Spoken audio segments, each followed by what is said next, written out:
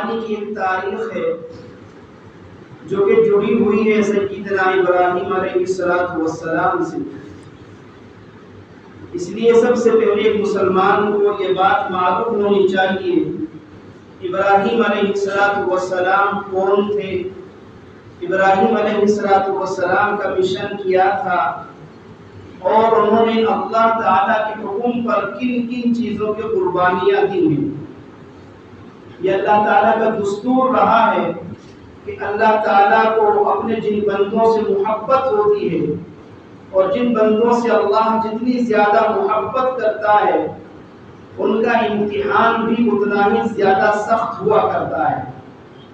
تمام انبیاء کرام علیہ السلام کی یہ تاریخ رہی ہے کہ سب کو آزمایا گیا، سب کا شدید امتحان لیا گیا۔ انہی انبیاء کرام میں ایک نام حضرت ابراہیم علیہ السلام کا بھی ہے۔ آپ کی بڑی بڑی آزمائشیں ہوئی، بڑے بڑے امتحان لیے گئے، اور پھر اللہ تعالیٰ کو ابراہیم علیہ السلام کے وہ امتحانات اس قدر پسند آئے کہ اللہ تعالیٰ نے ان کو اعلیٰ نمبرات سے کامیاب کیا، اور پھر قرآن مجید میں امت مسلمہ کو یہ پیغام دیا، لَقَدْ كَانَ لَكُمْ أُسْوَةٌ حَسَنَةٌ فِي إِبْرَاهِيمَ وَالَّذِينَ مَعَهُ۔ صرف دو پیغمبروں کو نمونہ، آئیڈیل اور مثالی زندگی کے طور پر امت مسلمہ کے سامنے پیش کیا گیا ہے۔ ایک تو ہم سب کے آقا جناب محمد رسول اللہ صلی اللہ علیہ وسلم کے بارے میں فرمایا، لَقَدْ كَانَ لَكُمْ فِي رَسُولِ اللَّهِ أُسْوَةٌ حَسَنَةٌ۔ مسلمانوں تمہارے لیے زندگی گزارنے کے لیے سب سے بہترین نمونہ اگر کوئی ہے تو وہ جناب محمد رسول اللہ صلی اللہ علیہ وسلم کی حیات طیبہ ہے، اور دوسرے نمبر پر تمہارے لیے سب سے بہترین زندگی گزارنے کا نمونہ اگر کسی نبی کی حیات طیبہ میں ہے تو وہ ابراہیم علیہ السلام اور ان کے ساتھیوں کی حیات اور ان کی زندگی میں۔ ابراہیم علیہ السلام وہ عظیم پیغمبر جن کو ابو الانبیاء کہا جاتا ہے، بے شمار نبیوں کے بعد خود ہمارے آقا صلی اللہ علیہ وسلم بھی حضرت ابراہیم علیہ السلام کی اولاد میں سے ہیں۔ دو بیٹے ابراہیم علیہ السلام کے، اسماعیل علیہ السلام اور اسحاق علیہ السلام۔ اسحاق علیہ السلام کے ذریعے جو سلسلہ چلا اس میں آگے چل کر یعقوب پیدا ہوئے، حضرت یوسف پیدا ہوئے جن کو بنی اسرائیل کے نبی کہا جاتا ہے۔ ان کے باپ بھی ابراہیم علیہ السلام ہیں۔ ابراہیم علیہ السلام کے دوسرے بیٹے اسماعیل علیہ السلام کے ذریعے سے جو سلسلہ چلا ہے اسی میں آگے چل کر جناب محمد رسول اللہ صلی اللہ علیہ وسلم کی ولادت باسعادت ہوئی ہے۔ تو آپ ابو الانبیاء ہیں۔ اللہ تعالیٰ نے آپ کا بھی امتحان لیا۔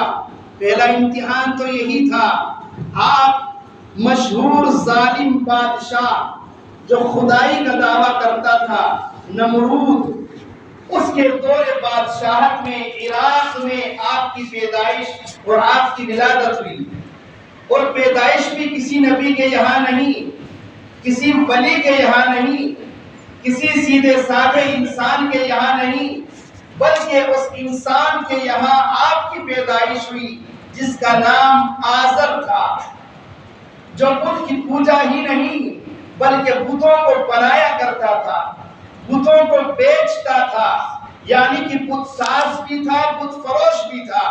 اور یوں کہہ لیجئے کہ گویا ابراہیم علیہ السلام کی پیدائش صنم خانے میں ہوئی ہے، بت کدے میں آپ پیدا ہوئے جہاں پر بتوں کو بنایا جا رہا ہے، بیچا جا رہا ہے۔ اب ذرا سوچئے کہ جس عظیم ہونے والے خلیل کی، اللہ کے دوست کی، اللہ کے نبی کی ولادت بت خانے میں ہو رہی ہو، بت کی دکان میں ہو رہی ہو، بت پوجا کرنے والے باپ کے یہاں ہو رہی ہو، اس بیٹے کے لیے ایسے ماحول میں توحید کا ڈنکا بجانا، ایمان کی دعوت پیش کرنا، اور قوم کے سامنے ایک اللہ کا نعرہ بلند کرنا کتنا مشکل رہا ہوگا. جہاں ہر سو مسلمان ہو، ہر طرف مسلمانوں کا شور شورا ہو، وہاں ہمارے لیے آج کے دور میں اذان مائک سے دینا مشکل ہو جاتا ہے. اور جہاں ہر طرف ایک وحدہ لا شریک خدا کو چھوڑ کر چاند کو، سورج کو، سیاروں کو، ستاروں کو پتھروں سے تراشے ہوئے بتوں کو پوجا جا رہا ہو اور ان کا مقابلہ کرنے والا کوئی نہ ہو سوائے ایک بندے کے، ابراہیم علیہ السلام. آپ کی سب سے پہلی قربانی اور آپ کا سب سے بڑا کارنامہ، جس کی بنیاد پر اللہ نے آپ کے اداؤں کو پسند کیا اور جس کی بنیاد پر اللہ نے آپ کو بہترین نمونہ قرار دیا امت کے لیے، وہ سب سے بڑی قربانی یہی تھی کہ آپ نے ایک اللہ کا نعرہ بلند فرمایا، توحید کو عام کیا. اور اس کو عام کرنے کے لیے کوئی اسٹیج نہیں لگایا، کوئی جلسہ نہیں کیا، کوئی گلیوں میں گلیاروں میں ادھر ادھر گشت نہیں کیا. سب سے پہلے کام اپنے گھر سے شروع کیا، اپنے باپ آزر سے. کیوں؟ دنیا کو سمجھاؤں گا، لوگ کہیں گے پہلے اپنے باپ کو سمجھاؤ پھر ہمارے پاس آنا. اور آج بھی لوگ کہتے ہیں اگر کوئی دین کی دعوت عام کرے اور خدا نخواستہ اس کی اولاد کا معاملہ صحیح نہ ہو، گھر کا ماحول صحیح نہ ہو، لوگ کیا کہتے ہیں؟ ارے میاں پھر اپنے گھر کی خبر لو، پھر اپنے بیٹے کو تو نمازی بناؤ، ہمارے پاس بعد میں آنا.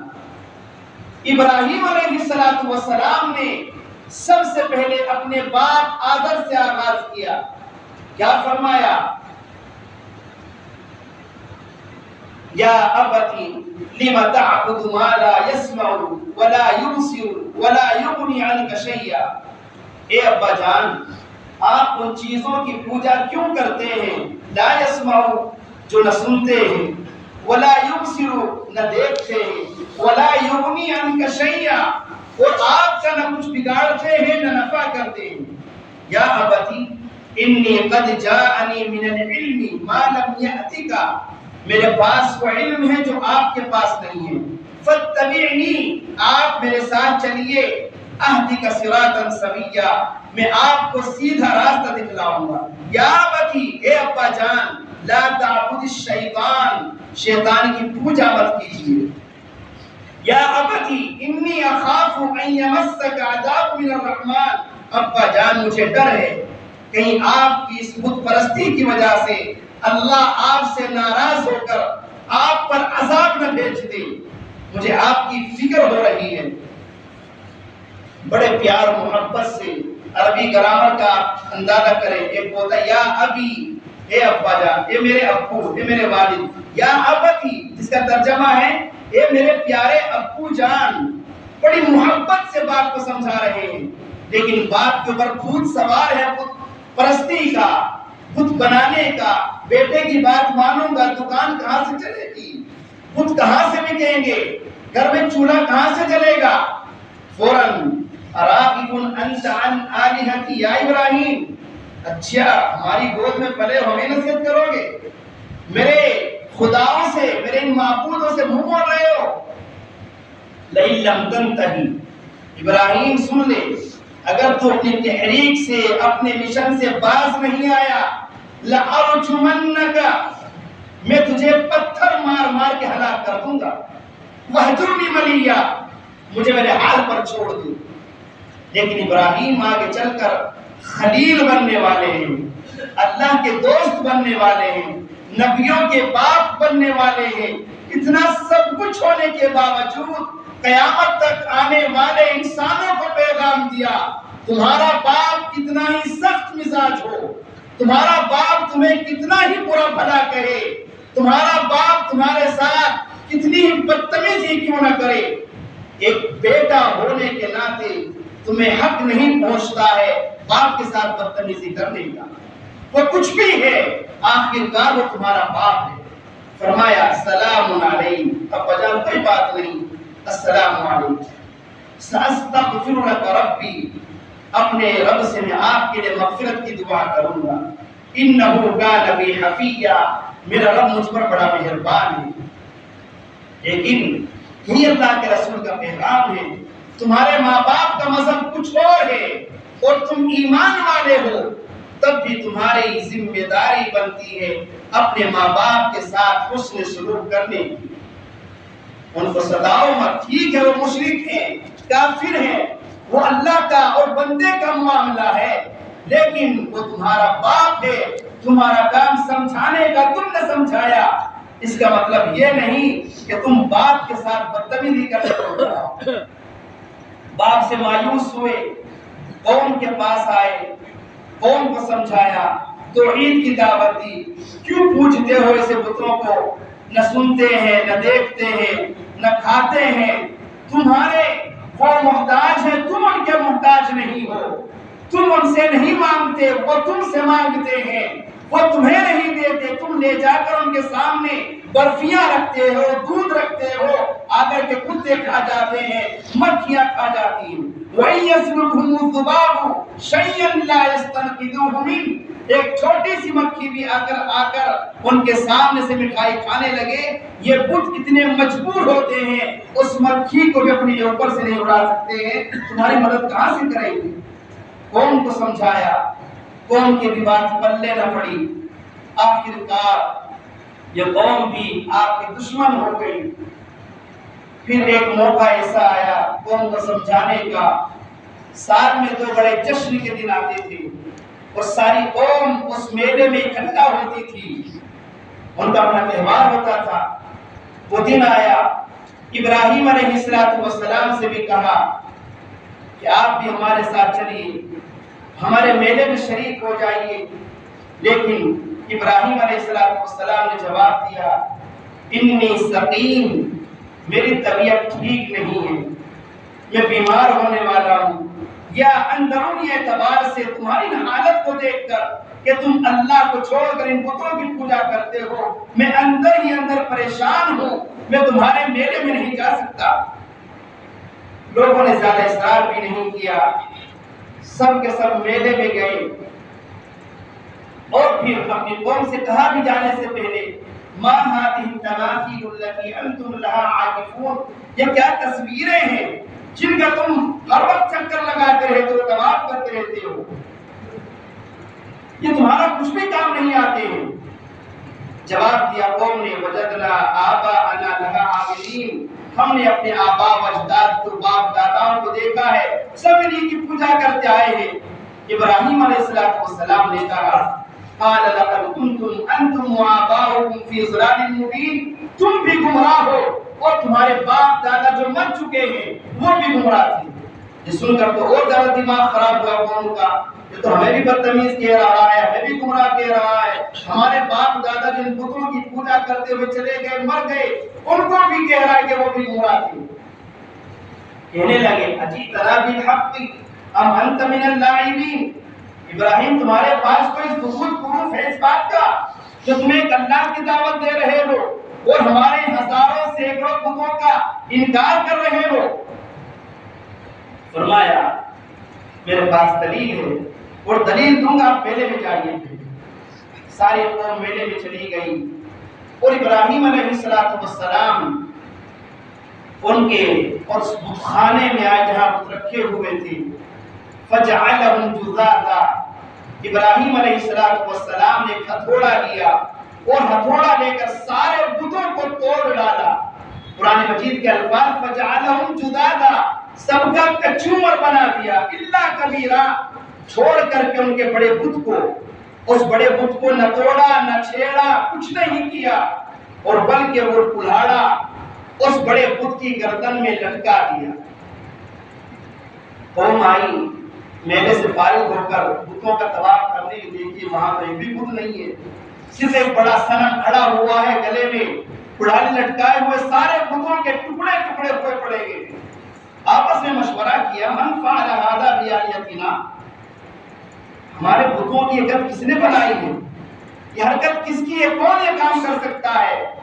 لوگ کہنے لگے، سمینا فتى يذكرهم يقال له ابراہیم. ایک ہی آدمی پر شک ہے ہمارا، یہ کام ایک ہی بندہ کر سکتا ہے جس کا نام ابراہیم ہے. اور فَأْتُوا بِهِ عَلَىٰ أَعْيُنِ النَّاسِ لَعَلَّهُمْ يَشْهَدُونَ، اس کو یہاں کھلی پنچایت میں لاؤ، سب کے سامنے اس کو اکٹھا بلایا جائے اور اس سے معلوم کیا جائے تاکہ ساری قوم جان لے یہ کام ابراہیم علیہ السلام نے کیا ہے۔ بلایا گیا، پوچھا گیا انت فعلت هذا بآلهتنا یا ابراہیم، ابراہیم کیا یہ کام ہمارے بتوں کے ساتھ تم نے کیا ہے؟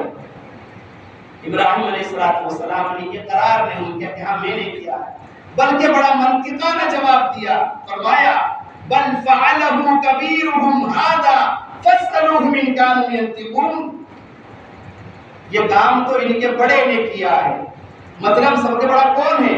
اللہ تعالیٰ ہے، میں نے نہیں کیا، یہ کام مجھ سے میرے اللہ نے کرایا ہے۔